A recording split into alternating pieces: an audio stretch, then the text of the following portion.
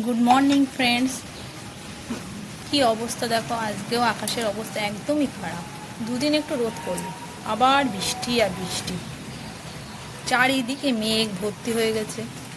বাচ্চাগুলো স্কুলে গেছে সকাল সকাল, ওরা গাড়িতে করেই যায়, অসুবিধা হয় না। দেখো তোমাদের আকাশটা দেখায়।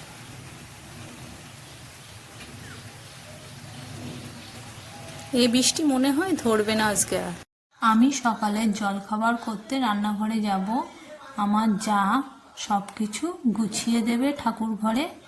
আমার শাশুড়িমা আজ বৃহস্পতিবারের পুজোটা করে নেবে, তাই একে একে আমার যা ঠাকুর ঘরে স্নানটা করে এসে চন্দন বেটে দিল, ধুনোটা রেডি করে রেখে দিল।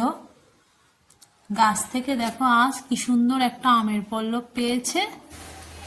লক্ষ্মীর ঘটে সিঁদুর দিয়ে আঁকিয়ে দিল, শ্রী করে দিল, পানে সিঁদুর দিয়ে দিল, সব একে একে সাজিয়ে দেবে। আমার শাশুড়ি মার পায়ে প্রচণ্ড ব্যথা, উনি নিচু হয়ে বসে এগুলো করতে পারেন না।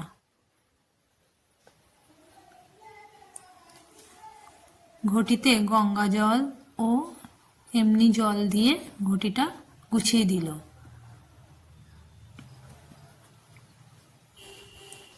সবার চরণে তুলসী পাতা দিয়ে দিল।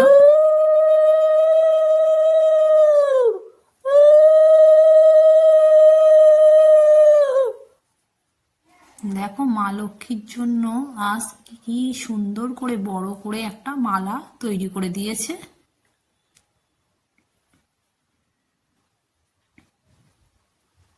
আজকে গাছে একটাই লাল জবা ছিল, তাই গণপতিকে দিয়ে দিল। লক্ষ্মীর ঝাঁপিতেও ফুল দিয়ে দিল। এবার আসনগুলো সব পেতে দিল।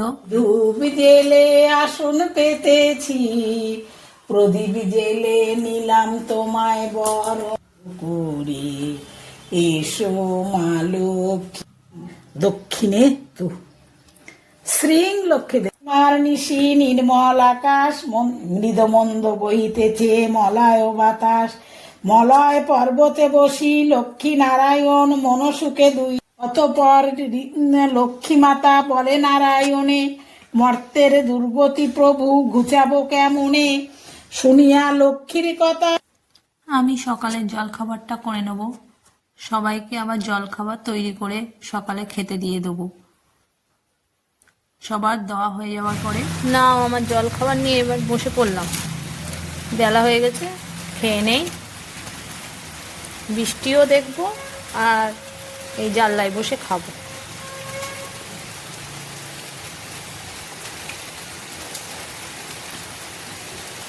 পাখিগুলো যেন আসেনি আজকে খেতে, এত বৃষ্টিতে ওরা খেতেই আসতে পারে না।